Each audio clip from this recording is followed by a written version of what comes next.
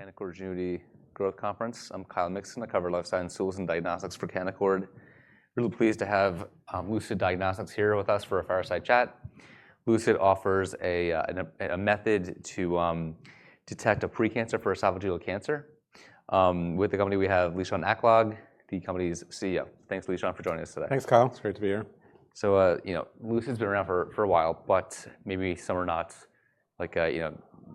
know the story that well. So just could you walk through an overview of the company and technology and maybe, the kind of the landscape of the market that you're looking at? Yeah, again, thanks. Great conference. Thanks for having us here.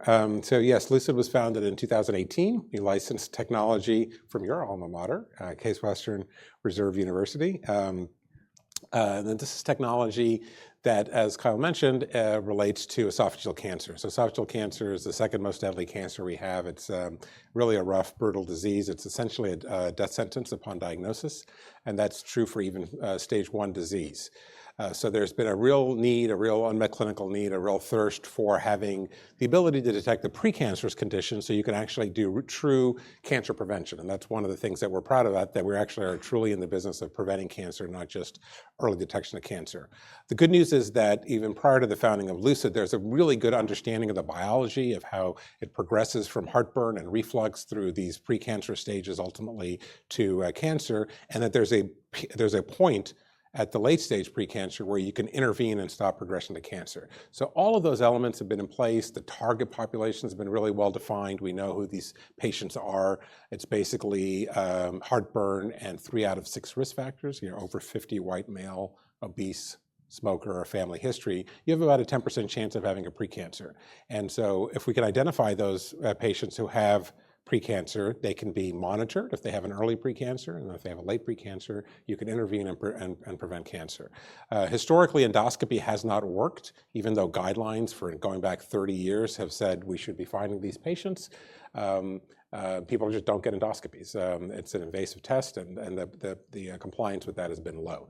So now comes this molecular test that can be performed on samples that can be collected non-invasively in an office setting with just a sip of water. There's a little balloon capsule that you swallow, and in a minute, you can have targeted samples from the lower esophagus that can be sent to a central laboratory, and there are these 2 genes where you can check methylation signatures on that have incredible performance and really unprecedented performance at detecting particularly these early precancers. It's not that easy. There's just not that much abnormalities there, but the test is very sensitive at doing so.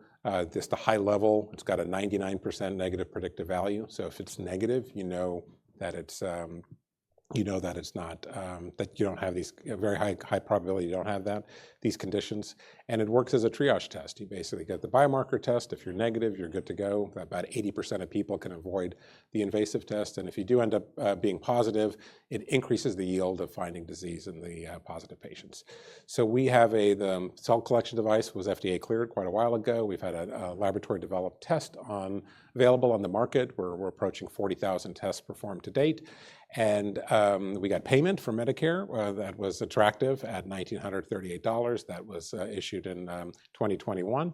And we've been, over the last few years, have been working hard on coverage policy on Medicare, which is really the main event that we're dealing with right now, as well as commercial payers, and just building up a clinical evidence package so that we can have meaningful conversations with payers. That package was pretty much done by the end of last year. That led to us submitting a request for reconsideration of an existing non-coverage LCD, local coverage determination by the MolDX group.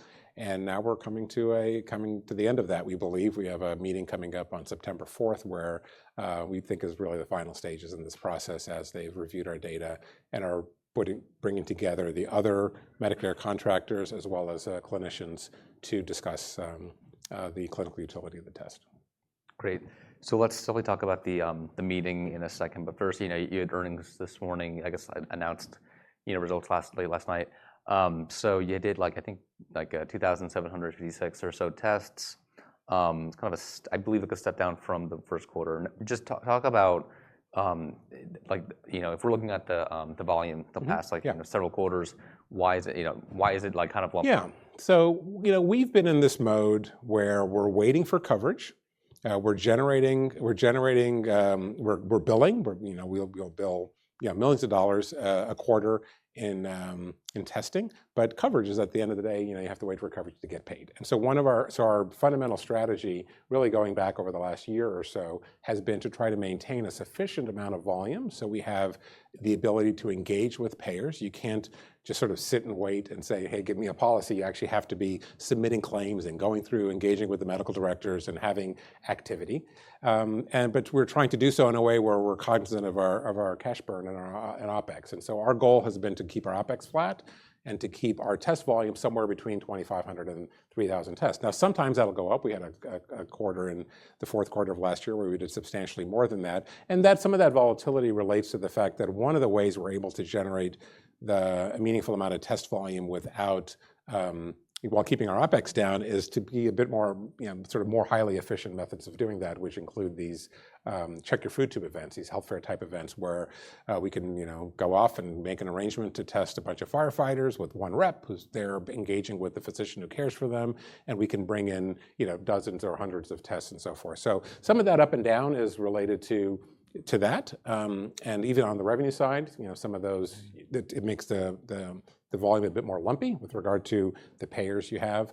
But this is all sort of consistent with this level of being sort of mid-throttle. We're not trying to drive volume until we are at higher levels of reimbursement. Generally, right now, we're getting paid, I think this quarter was about 17% on the dollar, and most of that is out-of-network commercial payers who will pay us out-of-network. They're paying us pretty close to the Medicare rate, so the price is holding with regard to that. And the story now is all about coverage. And once we secure Medicare coverage and as we start securing commercial coverage, then we'll have the motivation to put our foot on the gas and really drive test volume and growth. So the denial, so like 83% of the claims were denied in the quarter? It's in various, that's about where we've been. These are out of network, so there's a variety. I think Dennis on the call today kind of broke it down, but it falls into a variety of categories. You don't have medical policy, so you're not covered. Sometimes they'll say it's experimental, in which case we can appeal and say, well, we have guidelines. We're in all three of the major guidelines, 2 GI guidelines, we're in NCCN, and sometimes on appeal we'll get them to reverse. But generally with commercial payers, if you don't have medical policy and a contract in place, you are not going to, and you're getting paid out of network. Lots of times it's hard to recover a meaningful amount of that. And in order to get medical policy, you need data. And so we've really only completed our clinical validity and clinical utility package of data, the clinical evidence package, really only wrapped up in terms of the stuff that was in peer review at the end of last year. So it's really only this year that we've been in the ability to have meaningful engagements. They know who we are, but to have meaningful engagements with the commercial payers. And as I said on the call this morning, we've generally assumed that the commercial payers as a broad group are waiting for Medicare. And that's probably true for the bigger payers, the ones that operate under these LBMs like Evercore and so forth. But what we're learning is that the regional plans, like the regional Blue Cross Blue Shields and others, are very willing to talk to us, and they're not actually focused on Medicare. So we got a Blue Cross plan in upstate New York, Highmark, that issued policy in the spring. That was really only after a few months of us being able to present the full data package and the healthcare economics. And as I mentioned on the call this morning, our pipeline for regional plans that are engaged with us, that are actually evaluating us for medical policy, has really grown. And those conversations that we've had with the medical directors are very much sort of on the data. Where's your clinical validity? Where's your clinical utility? Give us your healthcare economic models. And so they're digging in the weeds, and we think we'll actually start securing more and more regional commercial plans for coverage even before Medicare is finalized.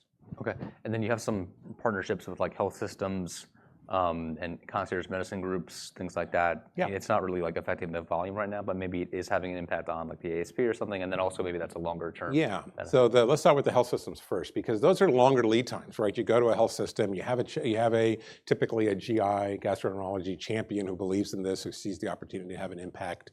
And for, unlike walking into a private practice, like a primary care practice where you're just saying you have patients, great, here's the relationship between cancer and heartburn. We have a test, a non-invasive test. We can get them to kind of start being active earlier. The larger health systems have much longer lead times. So we've been talking to Hoag for a year and a half or so, which is the one we announced in the fall. But when you do actually complete those and they actually launch these programs, they're really exciting because it's using our test as an anchor to a broader program for cancer prevention, esophageal cancer prevention, within their entire health system. They have 200 primary care physicians. They've got a couple of dozen gastroenterologists. We have the head gastroenterologist, who's a really charismatic guy who's very, very much determined to wipe out esophageal cancer in that region. And so it's a full-fledged program. We work with them to train their practitioners to do the cell collection part of things, and it's a fully integrated thing that just got online, as you said, but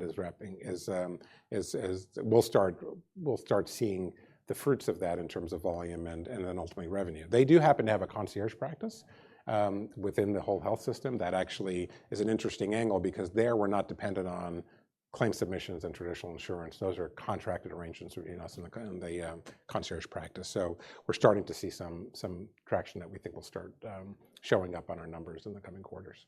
Okay. Yeah, let's talk about the Medicare situation next.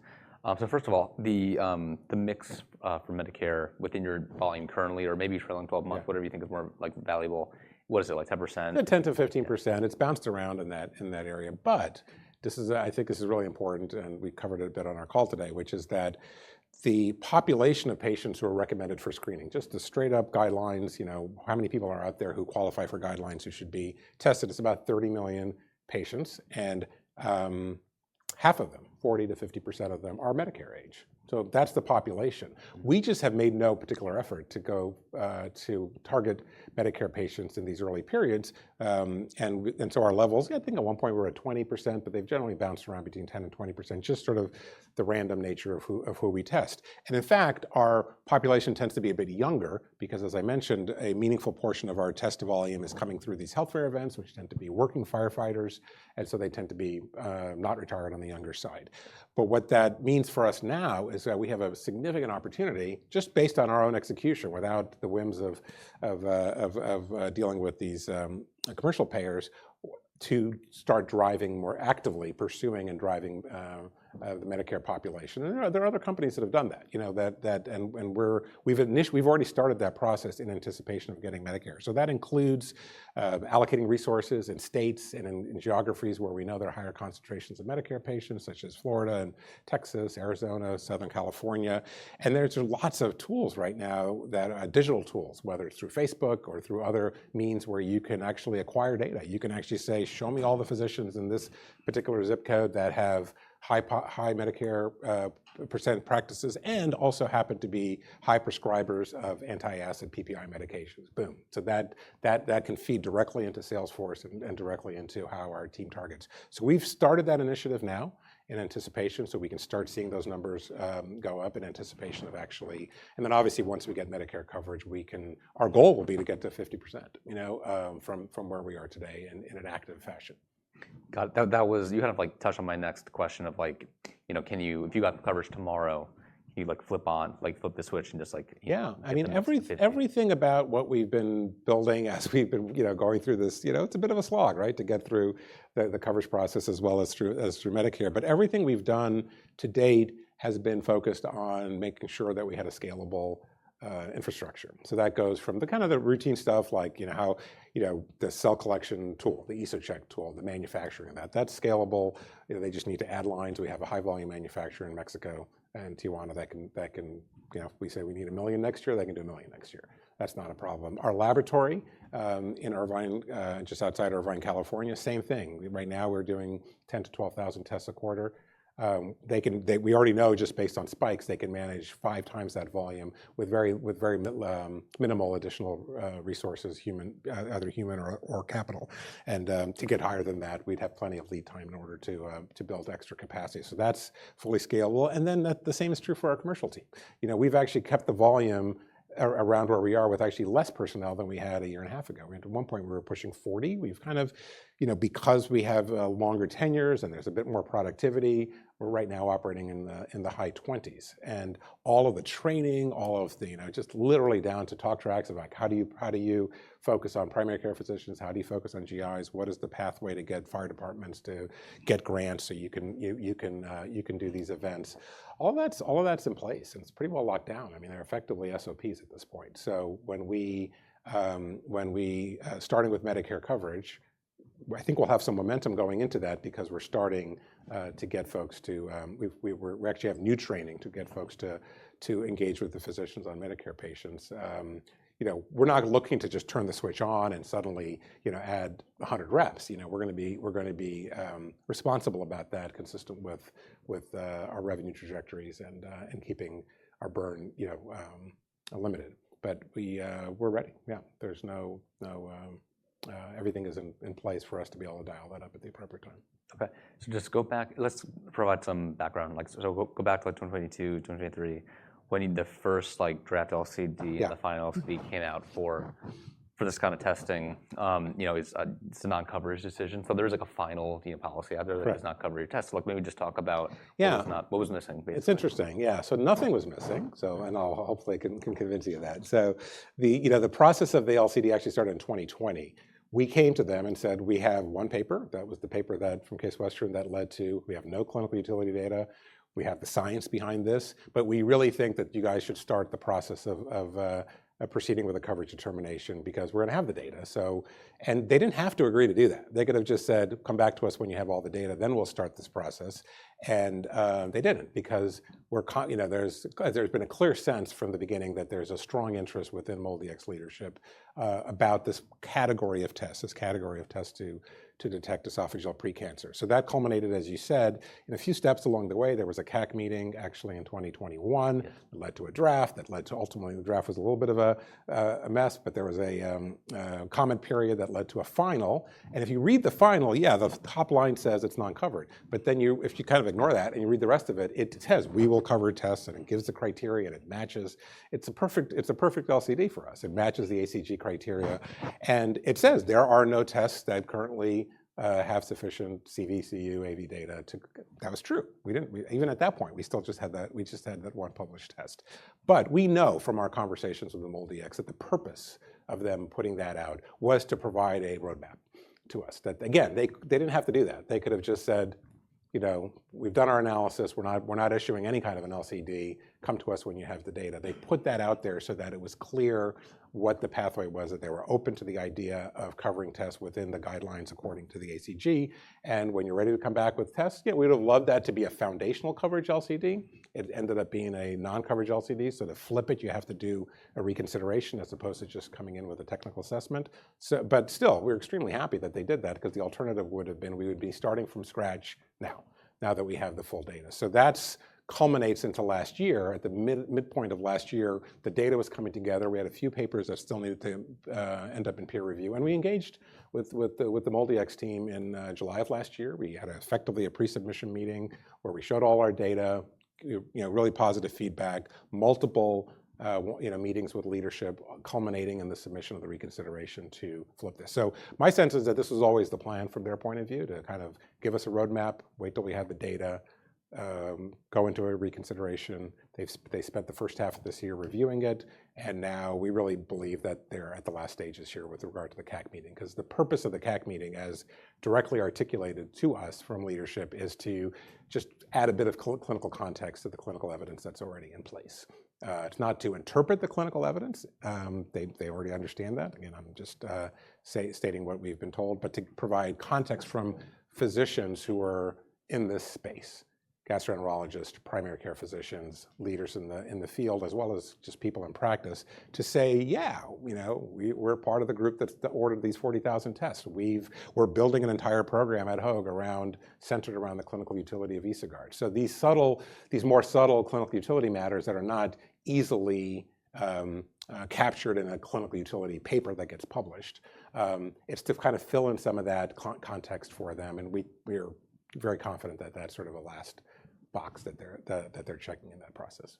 Okay, so the reconsideration request was accepted, and now Max, especially MolDX, which Noridian's a part of the program, they're now having this CAC meeting. It's part of the process, and there's going to be a list of questions that's announced maybe 3 to 5 days before. Yeah, I think maybe next week. We expect it to come next week or so. Next week. Okay, so we have some nice lead time to look into that.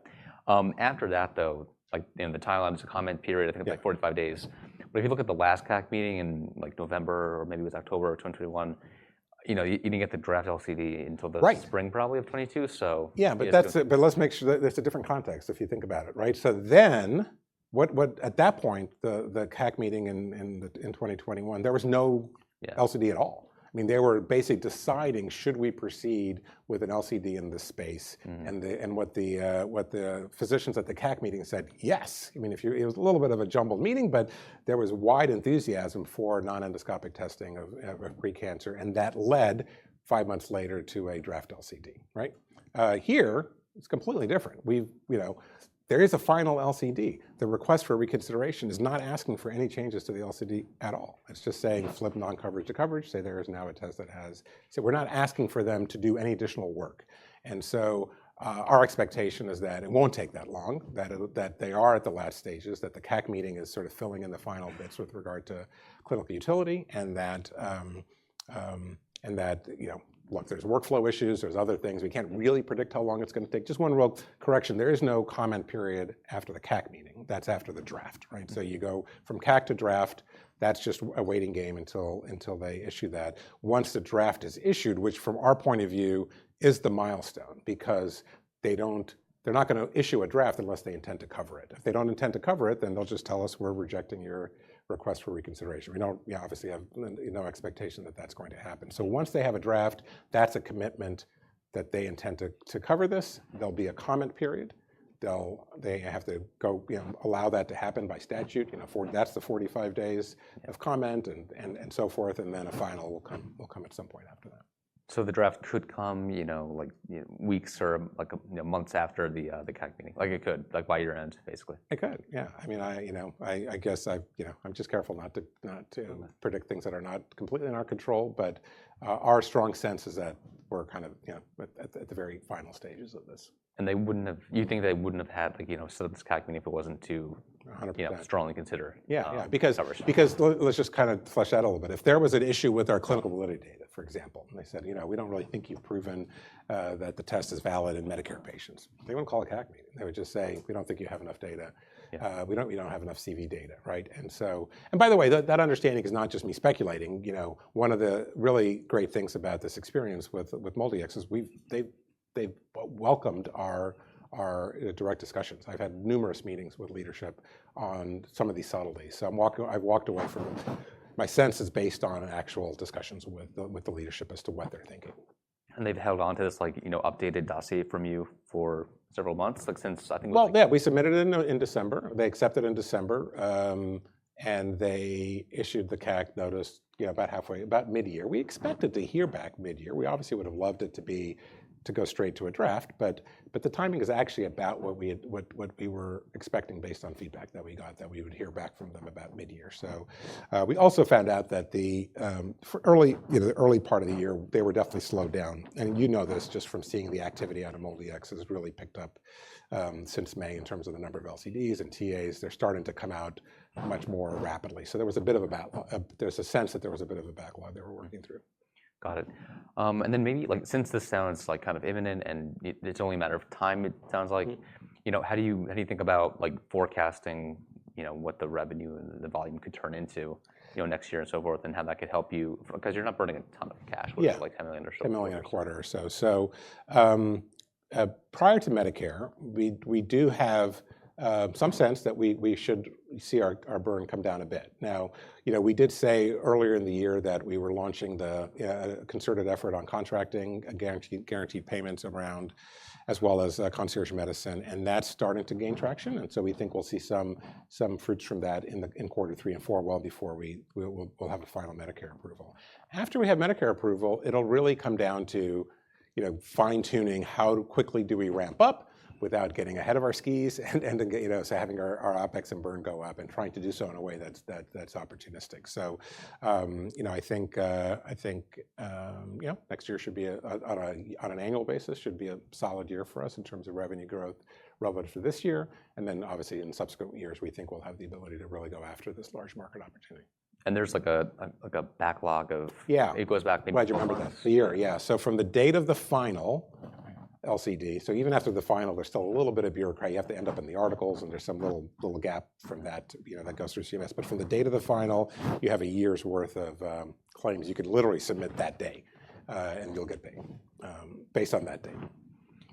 To maybe that's a reason to kind of crank up the volume a little bit too. Right, exactly, yeah. So that's one of the reasons we're trying to shift some of our business to Medicare and really understand what does it take to drive what works in terms of driving Medicare volume. We're learning that right now actively as we speak. Okay, so yeah, so like post Medicare or maybe even post the draft, let's say. Yeah. How does the commercial strategy really change then? Because right now you're using health systems, you've had the test centers in the past, Salesforce, the big event, the check your food tube events. Yeah. Like, do you turn into more of like a traditional? Yeah, kind of I think so. Yeah, I think we will go where the opportunities are, right? And with Medicare coverage under our belt, we're going to do more traditional direct sales, to primary care as well as the health systems.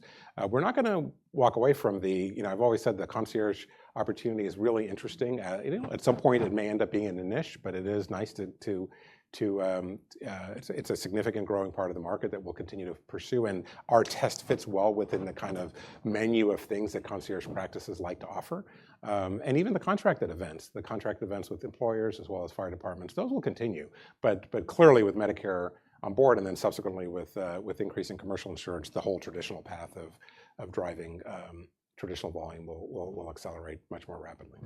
Got it. And in terms of the broader kind of ecosystem with inverted esophagus, there's like some pretty successful tests for the prognostic side of it. Yeah. Do you think the success that those tests have had is like indicative of like what could be? I think so. Although to be honest with you, I maybe flip that. Their success depends on our success, right? Because at the end of the day, there are very few patients, only 5 to 10% of the population of patients who are recommended for screening by guidelines ever get an endoscopy, right? So what we're doing is we're filling the funnel, and obviously, as you put our foot in the gas, we're driving a lot more patients to endoscopic evaluation of their precancer, of their Barrett's, and then so the opportunity to do the prognostication to find more dysplasia that some of these other companies and other products are doing they'll just have more patients to prognosticate on. Yeah.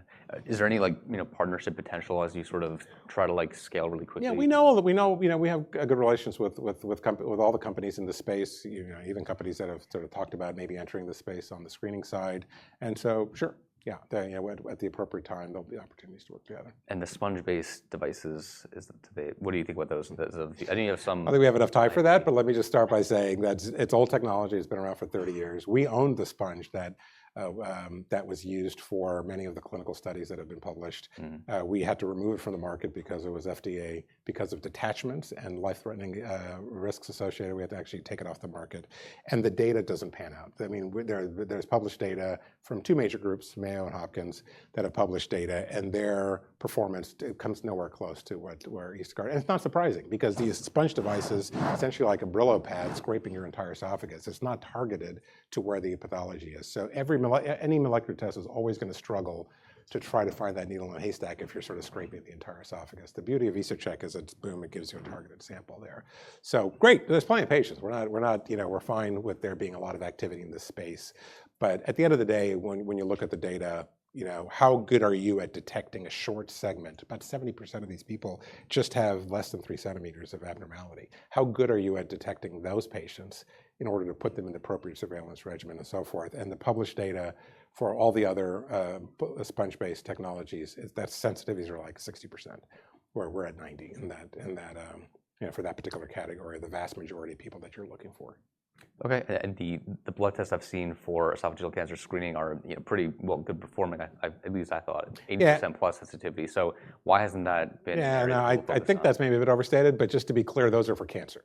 Yeah. So there are no blood tests that can pick up a precancer. And as I mentioned, if you pick up a stage 1 cancer, you're still facing a 50% mortality. So the opportunity to save lives here and prevent deaths has to be at the precancer stage, and so far there hasn't been anything, and we don't really think there'll be anything because precancerous changes are very subtle. They don't end up in the bloodstream. You certainly don't have mutations that you can pick up in the bloodstream related to that. So I think biologically there'll always be a hurdle to doing a blood test that can pick up a precancer.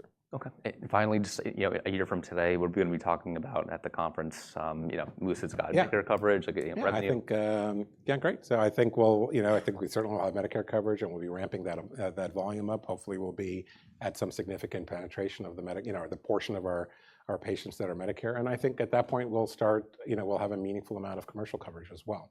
And so, based on those two factors, we'll be a bigger company. We'll be growing our sales team and trying to drive towards this market opportunity. It's a huge market opportunity. So for us to get 0.5% penetration in this market is a really substantial, meaningful commercial opportunity for us. Perfect. Okay. Thanks, Sean. Appreciate it. Thanks, Kyle. Appreciate it. Awesome.